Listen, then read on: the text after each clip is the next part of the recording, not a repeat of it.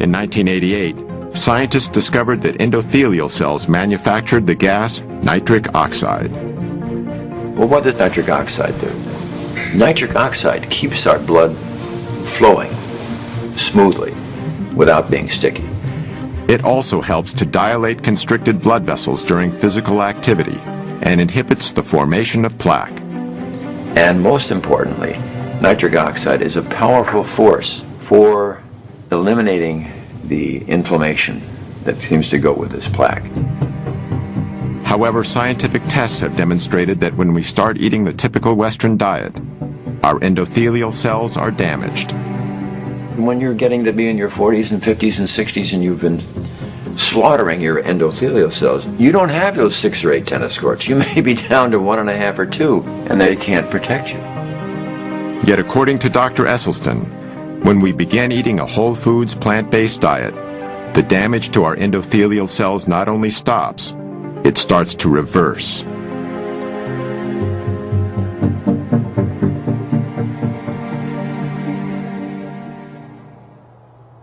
About 5 years into his study, Esselstyn made a small but significant change in his patient's menu.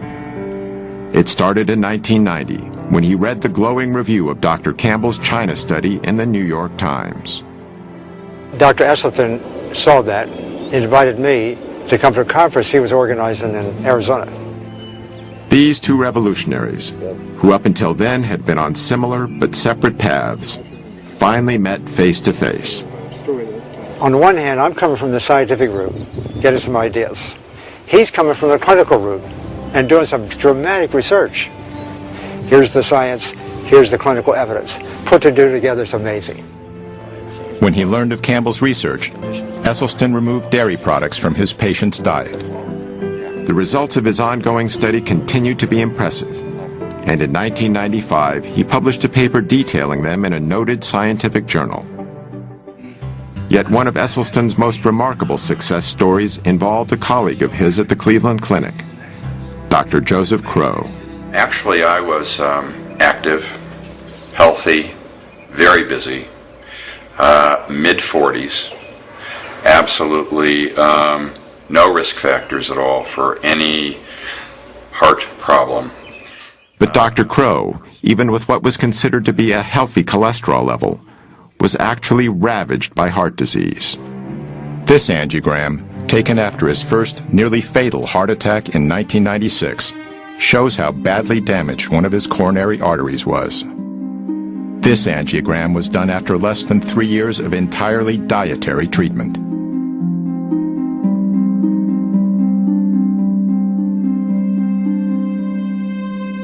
Dr. Crowe is fortunate. In 25% of cases, sudden death is the first and only sign of coronary artery disease.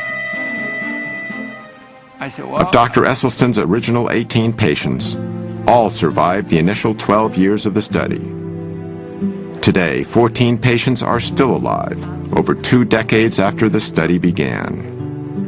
The thing about Essie, although he's always very pleasant, when you said, I'm going to be on this program and I'm going to stay with this diet, you stayed with the diet or there was the door. You had no choice. I mean, his smiles are wonderful, but he is very stern, you know.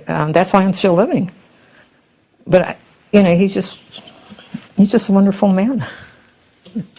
And I look at the pictures, some of my pictures years ago, 20 years ago, actually looks older than today. The only thing is I lost more hair, you know. Anthony and the other male patients also noted another change. When you're young, when you're a teenager, you see a female and so on, it gets kind of excited. And the first reaction physically, you know, it gets attention, you know. Raise the flag, I call it. This happened to us. All the other Dr. Esselstyn's, I call them all the guinea pigs. The flag still rises. Talking to your doctor about ED may be the last thing you want to do, but it's definitely a conversation worth having. I'm a practicing urologist and have been so for the last 25 years. And erectile dysfunction is actually the first clinical indicator of generalized cardiovascular disease. It's the canary in the coal mine. It's the thing that lets you know that you have some significant endothelial and vascular disease much earlier than will a heart attack or something like that. We have to stop thinking of the body like it's compartmentalized. It really isn't. The blood goes everywhere in the body. And so if you have vascular disease anywhere, you have it everywhere. Despite the apparent success of the dietary approach, some critics say eating this way is extreme. Now, with the Western diet, this guarantees there are going to be, what, 500,000 people in this country this year who will have to have the front half of their body divided, their heart exposed, then veins will be taken from their leg and sewed on their heart. Some people would call that extreme. Dr. Esselstyn has now successfully treated over 250 patients with heart disease, using almost exclusively a whole foods, plant-based diet. Heart disease, as far as I'm concerned, is an absolutely toothless paper tiger that need never ever exist. And if it does exist, it need never ever progress.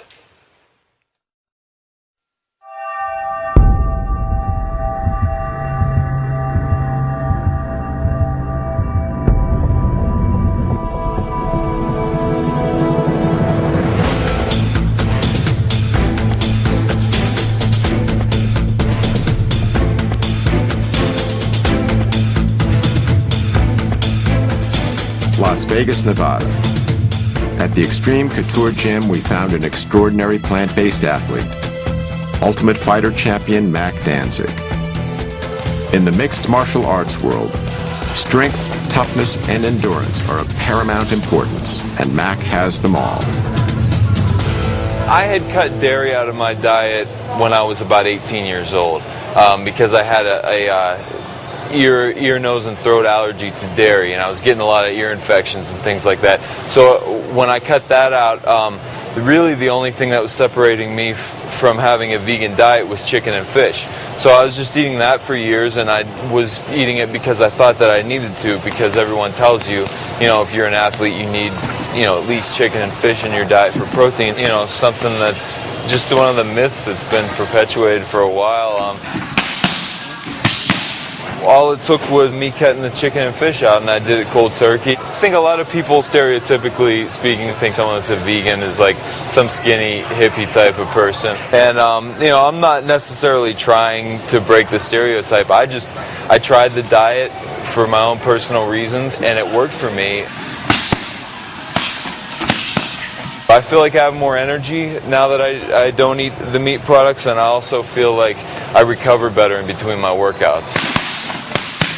I'm not trying to be part of some exclusive club or anything like that. I'm just doing my thing, and don't plan on eating meat or dairy or anything like that for the rest of my life. This guide is called the Type A Planning Guide. Now, it includes foods that are found in the basic 4 food groups, because we are concerned about the total daily needs, and this is a part of it. We must serve 1/2 pint of fresh fluid milk to provide calcium, riboflavin, and the other nutrients that are needed for our children. For decades, the dairy industry and U.S. government have been saying that milk is good for our bones. While all whole foods contain calcium, an essential nutrient for bone health, it is argued that we need the higher amounts found in dairy. Children and aging women in particular have been singled out to drink more and more and more milk. What do you think the most important nutrient we get from dairy products is, like milk?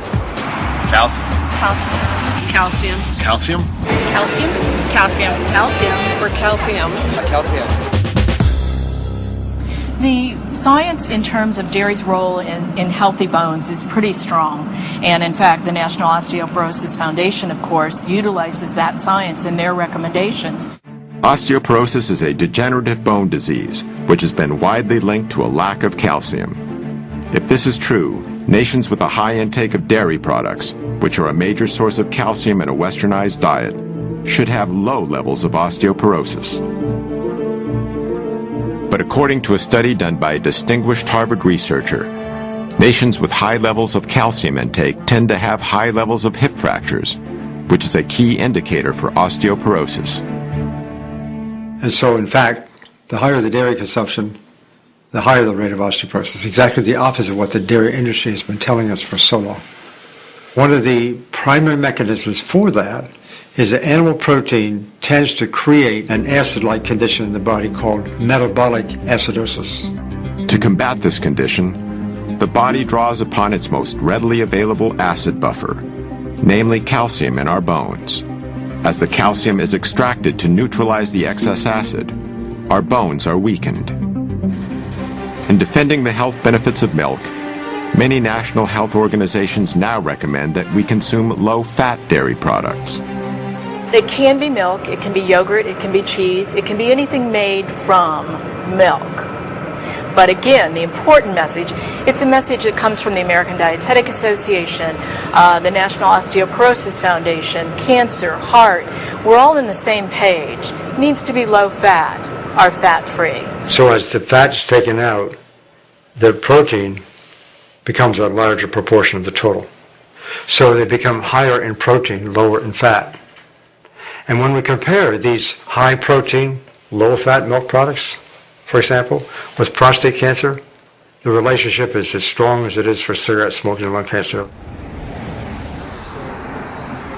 Most of these animals here are what we call heifers.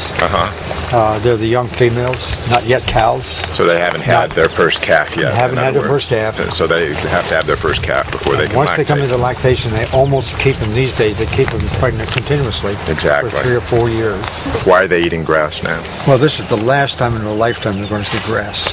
After that, they're in the barn. They're standing there for the rest of their life. When I was young, we defended our product, promoted our product, because it was nature's most perfect food. And so I believe that. But it took on a slightly different twist as time passed.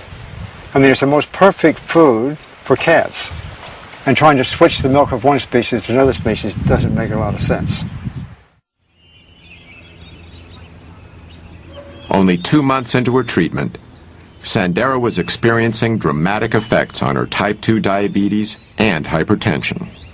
Since I've been on a plant-based diet, blood pressure's been wonderful. My blood sugars are in the 80s. It shocks me, 70s. And so I was alarmed when it was 60. I'm like, isn't that bad? It's 60, you know. And I talked to the diabetes educator, which is wonderful. She's like, no, that's a normal blood sugar. Your pancreas is working. It's reversing. Ironically, Sandera works at an outpatient facility for diabetics. Yet the treatment that was achieving success with her diabetes came from outside the established medical system. The positive results went far beyond Sandera's chronic diseases. Mentally, not having the sluggishness, the fear of the disease progressing, because I feel I'm in control and I have power of taking it back the right way now. So mentally, I feel great. I'm eating the things I should eat. And the one thing that is true that Ann said to me, you really start tasting the real taste of what you're eating. Because I eat a peach and you think, I was in heaven with my white peaches. I get to eat. And it feels good to be able to eat, bringing the sugar down, you losing the weight, your whole everything changes. You know, I think we're a little dependent on, you know, our doctors and the medications. We should take a little bit more responsibility in checking out for ourselves.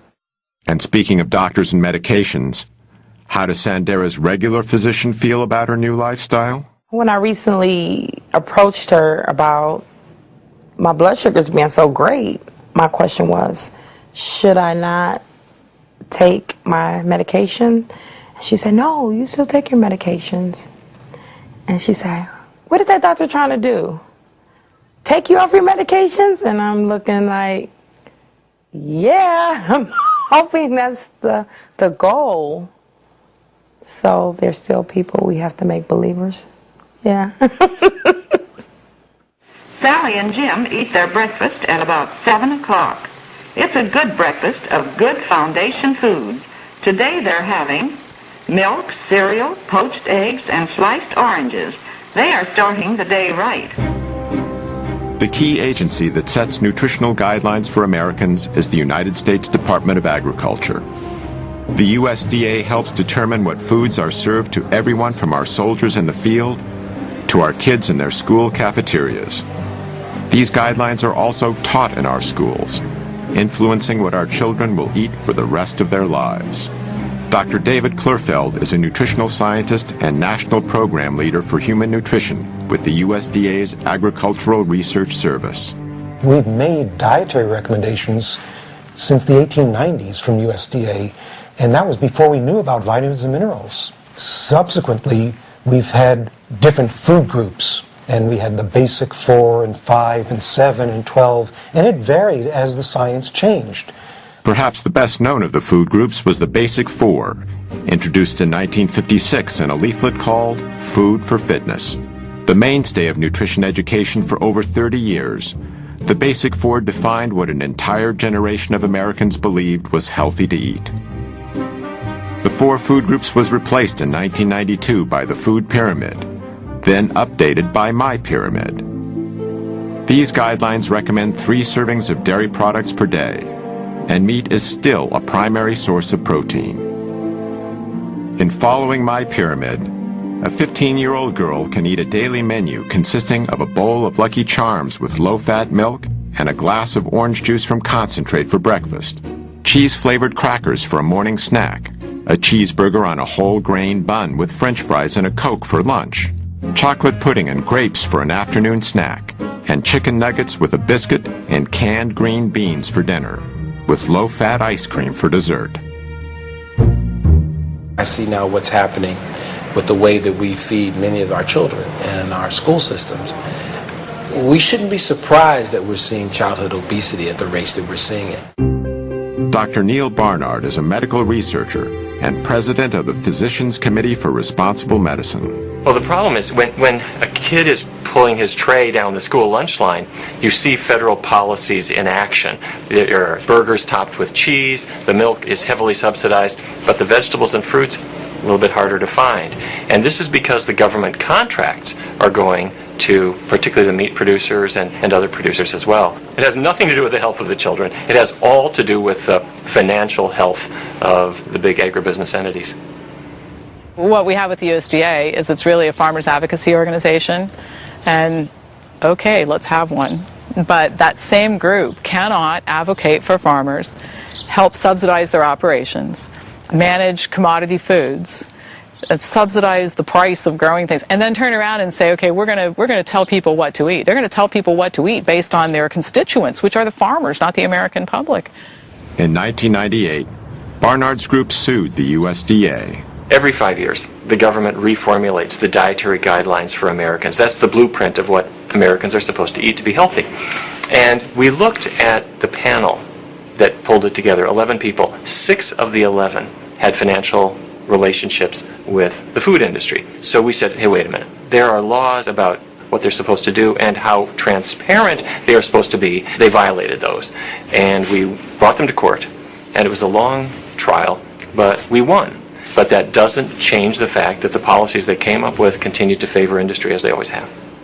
I don't think there really is a problem with industry connections between scientists and the food industry, primarily because if the beef industry has a question about their products, shouldn't they go to the best scientists?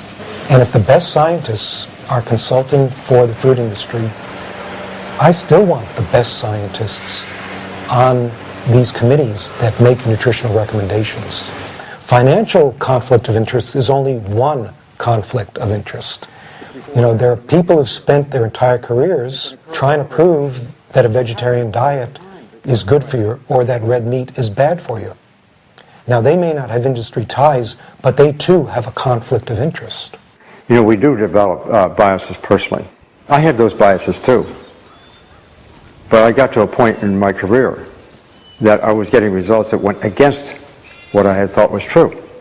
So I had to self-reflect, criticize my own bias, look at it really carefully, and I changed my views. Dr. Campbell paid a price for changing his views. He's been marginalized by key administrators of his own university. This after being a lead scientist and securing millions of dollars in research grants for Cornell's Nutritional Sciences Division. He had a popular nutrition course canceled by the division director, who had long been a major consultant to the dairy industry. Numerous observers feel this was an arbitrary decision that violated the standards of academic freedom. Dr. Campbell has also witnessed serious corporate influence over research that is used to develop the government's nutrition policy. One example he cites centers on the prestigious National Academy of Sciences. The building behind me here is perhaps the single most important building in the area of science in the country. This is where scientists participate in deliberations about issues of the day and determine how that science can be used to affect policy. In the early days when I was involved, those panels were mostly funded by public money. But on the other hand, in more recent years, I have seen more and more corporate money coming in to support these activities.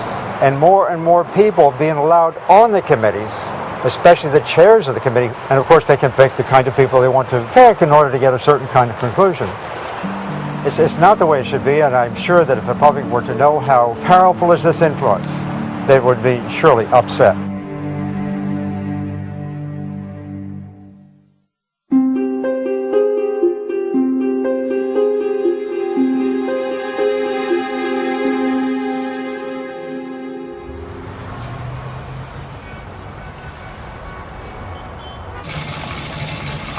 I had been a runner for 14 years, in fact, a marathoner. 47 years old, at the top of my game. In 1982, Ruth Heydrich's running career came to a sudden stop when she was diagnosed with breast cancer. After a mastectomy, her doctors recommended chemotherapy and radiation to treat the cancer that had by then spread to her lungs and bones. Ruth decided to visit Dr. John McDougall instead. And I said, Ruth, I've spent my residency collecting information on diet and breast cancer, and it's all in these files right here. Sit in my office and read through it and see what you think. He said, these are the studies that show what I'm trying to prove is that diet can reverse breast cancer. And she read it, and she comes out and she says, okay, I've changed my diet. She changed her diet. So he showed me how to eat, no added oils, lots of fruits and vegetables, whole grains. Ruth then started training for the Ironman Triathlon in Hawaii, which combines running a marathon with long-distance biking and swimming.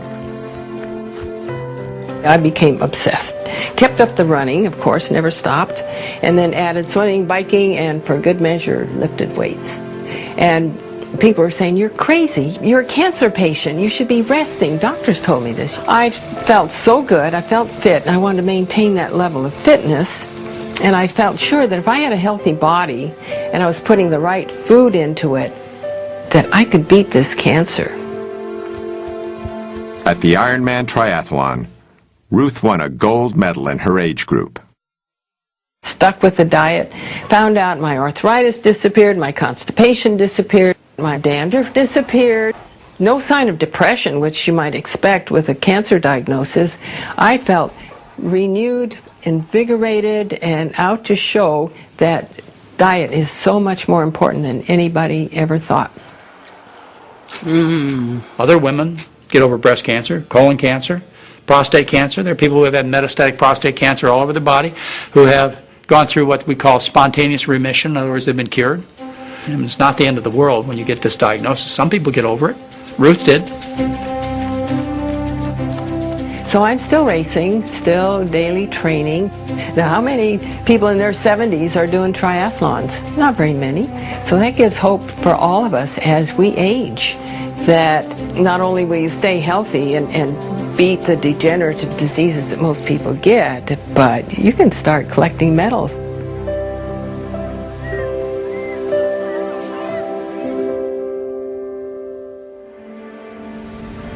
The food choices we make have profound global effects.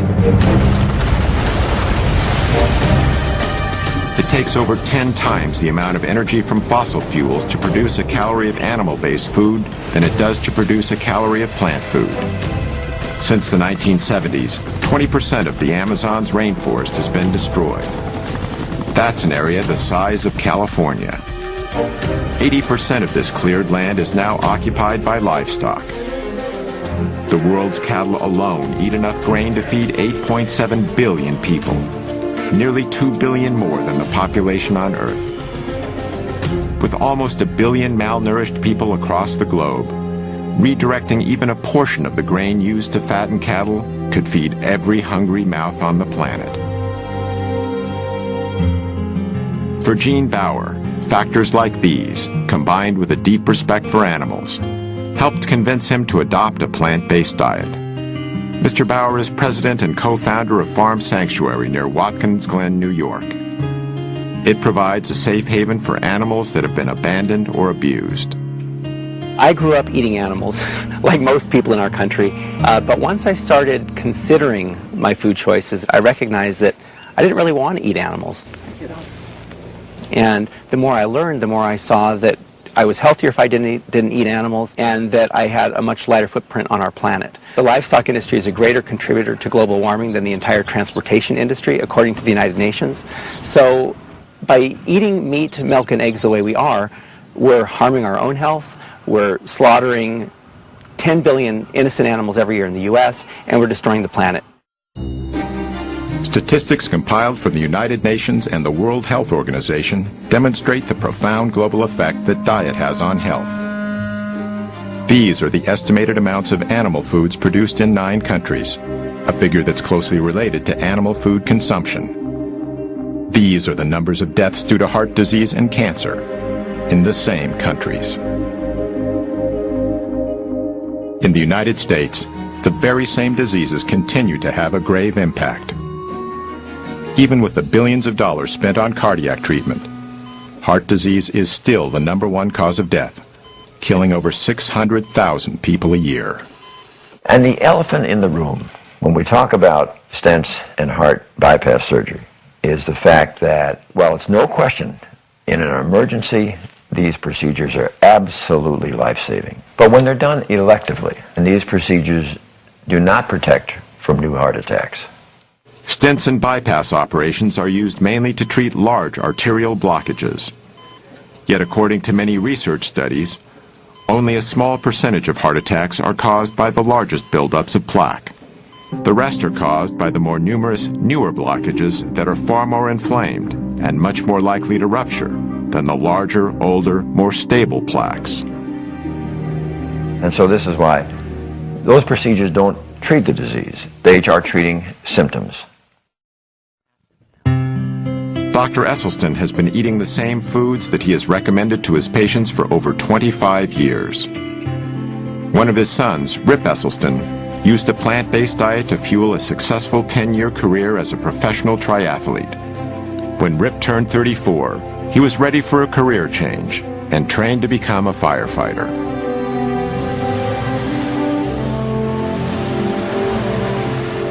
Rip was assigned to Engine Company number 2 in Austin, Texas. We're incredibly competitive here at the fire station, and we love making bets. So we were out on the porch one night, and we kind of made this little bar bet to see who had the lowest cholesterol level.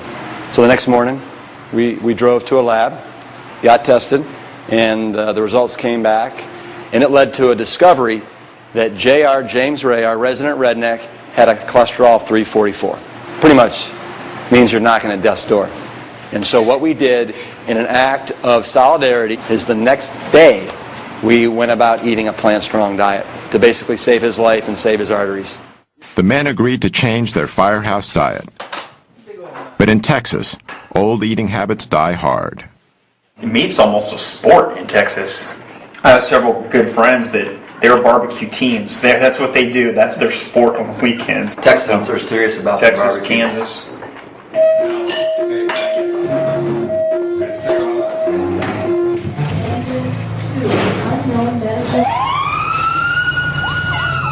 Well, guys associate being manly with eating meat. And if you're a firefighter, it's exponentially so. Last year, for example, there were 133 firefighter fatalities in the United States. 52% were from heart disease. The #1 killer of in the line of duty deaths for firefighters is heart disease. After just 3 weeks on his new diet, JR tested his blood cholesterol and it dropped 148 points, a decrease of 43%. His results inspired the others who also saw their cholesterol drop and their energy levels rise. As firemen, they were not only helping themselves, they were in better shape to assist others. One of the things about being a firefighter is you don't have any idea what your next call could be. We may have a high-rise alarm where we have to go up 20 flights of stairs with air packs on, with all of our bunker gear on, with a high-rise pack on our backs. Anybody can go down the pole, but not everybody can go up, especially without their legs. And right there you're talking about an additional 75 to 100 pounds that you have to carry up 20 flights of stairs. You have to have an amazing aerobic capacity and strength in order to do that. Real men eat plants. Real men eat plants. You know, as firefighters, everybody thinks that we fight fire, and we do. But over 70% of our calls are medical emergencies where we are responding to heart disease, hypertension, type 2 diabetes, rampant obesity, and so we see up close and personal basically the destruction that's being caused by the standard American diet. To me, the answer is just absolutely so simple it's criminal. And it's just people starting to take responsibility for their health and starting to eat more plant-based foods. It's that simple. After 13 weeks on a whole foods plant-based diet, it was time to get my results from Dr. Letterman. When you started, your weight was 231 pounds, Right. now 211 pounds. Okay, that's It's a good. 20-pound drop there. Wow. Your blood pressure was 142/82 when you started. It's now 112/70. Wow, All right. that's a big drop, That's right? a nice drop. Oh yeah, that's great, and it'll just keep dropping as you continue to do this. Your pulse was resting at 92 when you started. It's now down to 60, resting. Okay, cool. Your total cholesterol though went from 241 down to 154. What? Yeah, that was pretty amazing. 241 down to 154. 154? 154, yeah. It's really, and your LDL, which is your bad cholesterol, I think this is the most impressive, went from 157 down to 80. No way! Yeah, that's amazing though, to drop almost in half. We did CRP last time, which is sort of the marker of the inflammation in the heart and the blood vessels, and that went from 6.0 down to 2.8. Without using any medications, I significantly reduced my chances of getting a heart attack and many other diseases. Tomorrow marks 20 weeks on the program. I've lost 45 pounds. I've reversed the diabetes. You have to know that everybody is so incredibly proud of what you've done. I don't have to rely on the medication. I have a lot of energy that I didn't have before. My children love it. They're so proud of me, and they tell me all the time. I had a little saying that I've carried around for maybe the last 2 years, and it's win the war. Do not let one lost battle end the war. If you do break down and give in to temptation, do not quit. Just get right back on track. Not tomorrow, but right now. The diabetes is not coming back. I'm not going to let it come back, nor the weight. The message is you're in control of your life. Joey Aucoin had over 24 health problems, including type 2 diabetes. But after 22 weeks eating plant-based foods, his condition had changed dramatically. Hey, how you doing? Back again. And you're getting healthier. Your weight is down 28 pounds. You feel better than you have. 26 out of 27 complaints are gone completely. Your marker of inflammation in the vessels is down to that of a normal person. Your blood sugars are coming down. They continue to come down even on a daily basis, which are going to get better. Your cholesterol is significantly lower than it was when you first started, before you ever started taking any pills. Your blood pressure is normal now compared to how it was before. While on pills, it was still elevated. And you just said you've never felt like this before. You look at how you look in the pictures. You look healthier. So, like I told you before, I explained how the numbers can affect our judgment of what real health is. And it's not just the numbers; it's overall the entire picture. And your picture looks fantastic. I was taking 9 pills a day and 2 shots. So I was spending almost $150 to $200 a month on medication, above my insurance. Just think about that. I've been doing it 5 months. I've saved, $800 to $1,000 already because I haven't taken 1 pill, 1 shot, So think about what that saved me, not just me, the insurance company. The U.S. government will give you figures that 75% of the dollars spent in health care are due to chronic illnesses, and these are due to diet and lifestyle. Let's get rid of the problem, which is the sickness, which is caused by the food.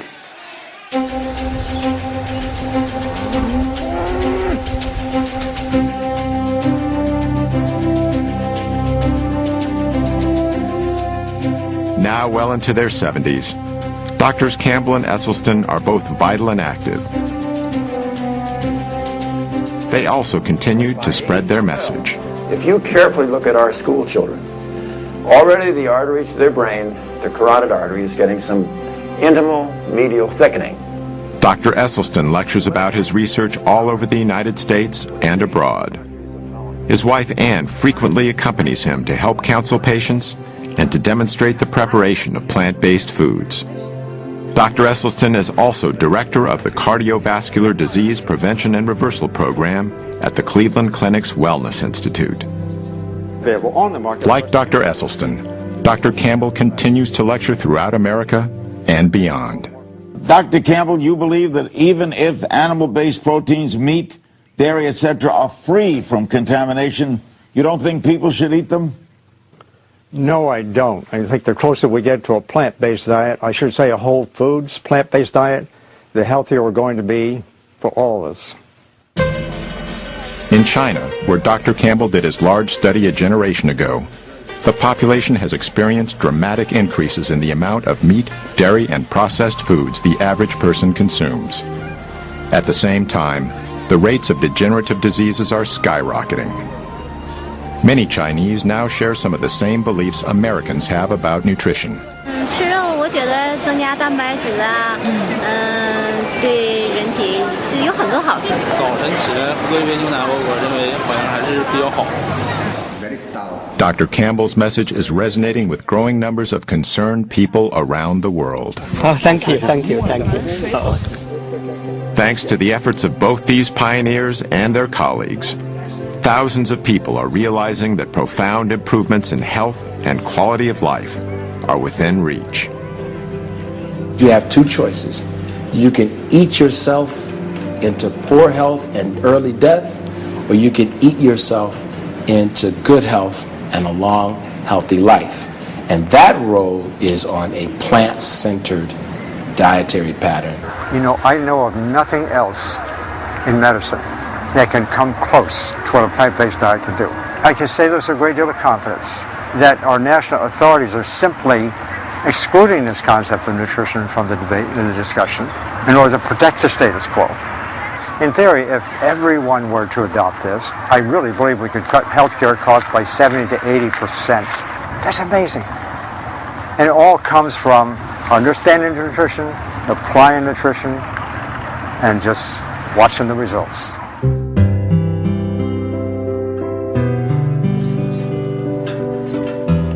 The greatest gift that you could possibly give to yourself and your family, not only those in your generation, but your children and your grandchildren, if you can make them be aware of the incredible power that resides within each of them to avoid life's most poignantly tragic and painful events. You just don't have to have those kinds of events. I believe that with all my heart, if anyone listens to this, and they really should look at their refrigerator and look at their diet and give it a try. You'll lose weight and you'll be healthier. Nothing could lose if you just take a few weeks and try. You could see how easy it is. I'm not going to say it was difficult. Again, I made up my mind. This is what I'm going to do. I never felt like I wasn't getting what I wanted. So I didn't have ice cream. So I didn't have the donuts. So I ate something else. I can thank them in every way I can think possible, and my doctor, especially Matt, when they just can't understand what it's done to change my life. And it really has, not just mine, my family's, everybody's. It gives me shivers talking about it because it's so serious. It's a life-changing experience. You can be in control. And I stress this because there's so many things going on in my life that I'm not in control of. And that's my message. You can't control your outcome of your body. Eat to live and don't live to eat. Better get that. Better get that rest.